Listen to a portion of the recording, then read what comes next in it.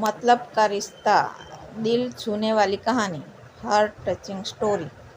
एक गांव में एक बड़ा साहूकार रहता था। साहूकार बहुत पैसे वाला था। आसपास के कई गांव में उसका बड़ा नाम था, लेकिन इस साहूकार को अपने पैसों का, अपने रुतबे का और अपने नाम का बड़ा ही घमंड था। वह अपने नाम को बनाए रखने के लिए बहुत ज़्यादा सोचता था और बिना किसी के भावनाओं की कदर किए वो सब करता था जो उसे लगता था कि करना चाहिए। साहूकार को कई सालों बाद एक संतान प्राप्ति हुई थी।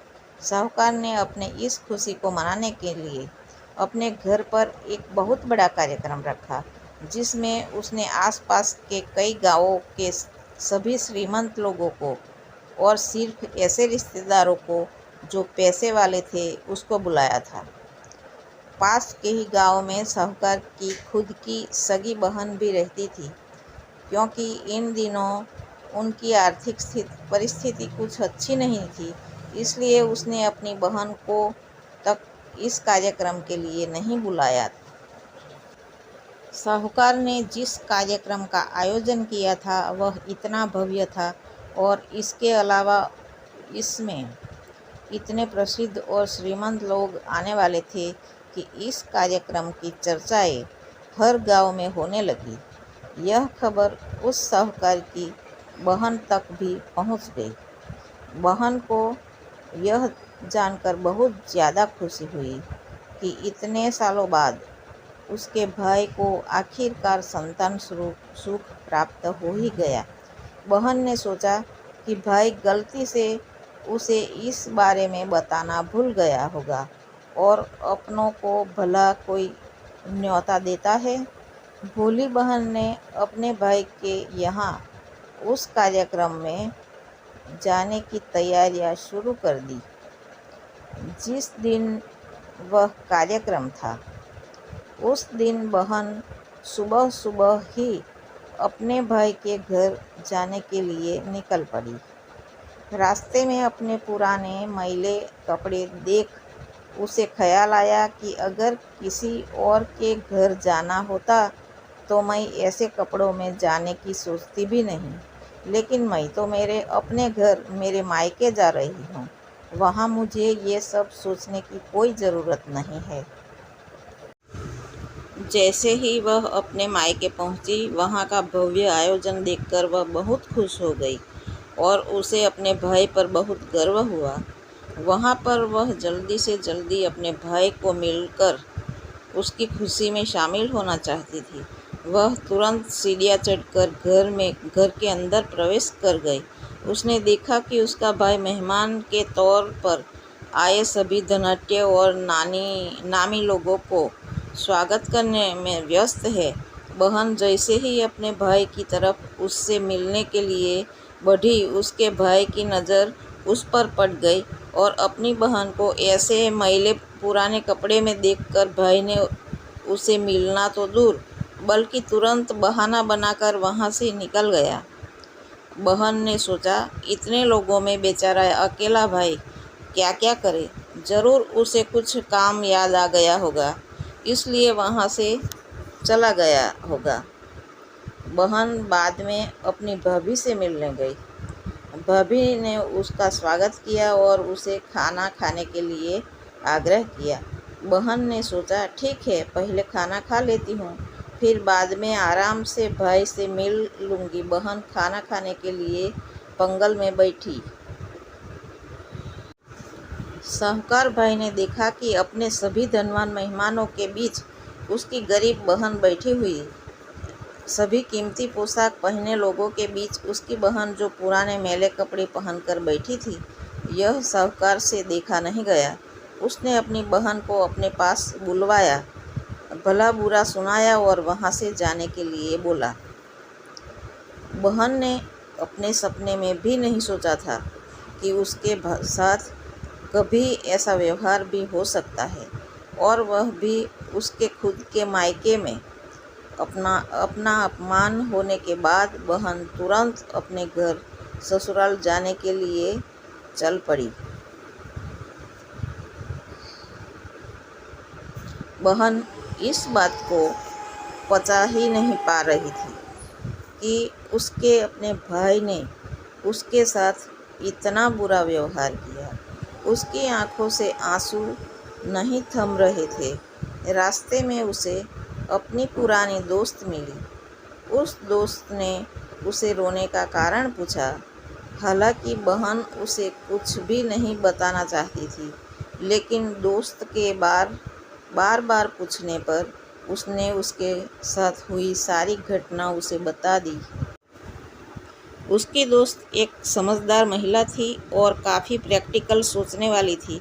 उसने कहा, अगर तुम मेरी बात मानो तो एक दिन तुम्हारा भाई खुद तुम्हें अपने यहाँ बुलाएगा और तुमसे माफ़ी मांगेगा। बहन ने उसे कहा कि मैं तुम्हारी हर बात मानूंगी, बताओ मुझे क्या करना होगा। दोस्त ने कहा कि तुम इस अपमान को, इस दुख को एक दिशा दे दो और कोई गृह उद्योग शुरू कर दो। उसने इतनी मेहनत करो कि उस काम में तुमसे अच्छा कोई भी नहीं होगा।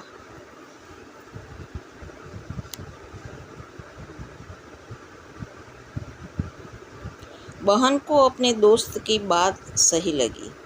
उसने घर पहुंचकर अपने आंसू पोंछकर उसी दिन से एक गृह उद्योग शुरू किया। उसने दिन रात मेहनत की, अपने साथ कई और गांव की महिलाओं को जोड़ा और देखते ही देखते उसका गृह उद्योग चल पड़ा।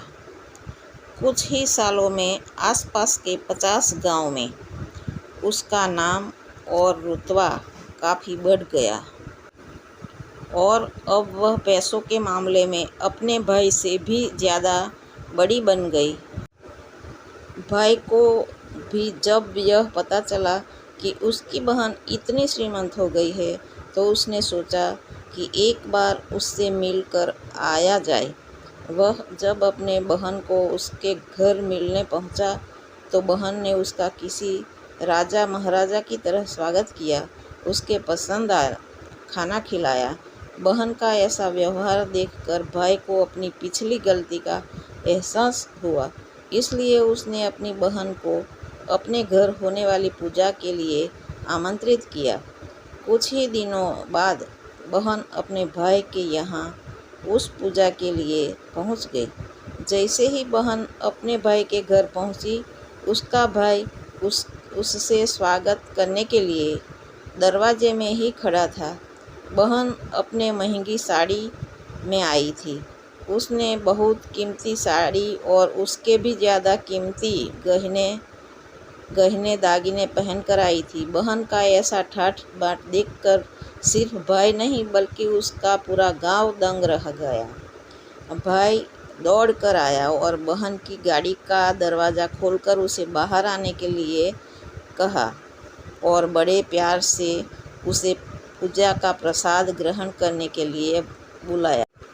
बहन को इस बार पकवान परोसे गए थे। चांदी की थाली में उसे खाना दिया गया था। वह साथ में एक सोने की चम्मच भी रखी गई थी। उसके बैठने के लिए बेशकीमती पाट रखा गया था। बहन को यह सब देखकर उसके वह पुराने दिन याद आ गए, जब भाई ने उसे बिना खाना खिलाए ही भला बुरा कहकर वापस लौटा दिया था। बहन खाना खाने के लिए तो नहीं बैठी, लेकिन उसने अपने सारे कीमती दागिने और जेवर उतारकर उस थाली के सामने रख दिए और खाने में से कुछ निवाले उन दागिना पर रख दिए। बहन का ऐसा व्यवहार देखकर सभी हैरान थे। किसी को नहीं समझ में आ रहा था कि बहन ऐसा क्यों कर रही है। आखिर वह क्यों उन जेवरों को खाना खिला रही है।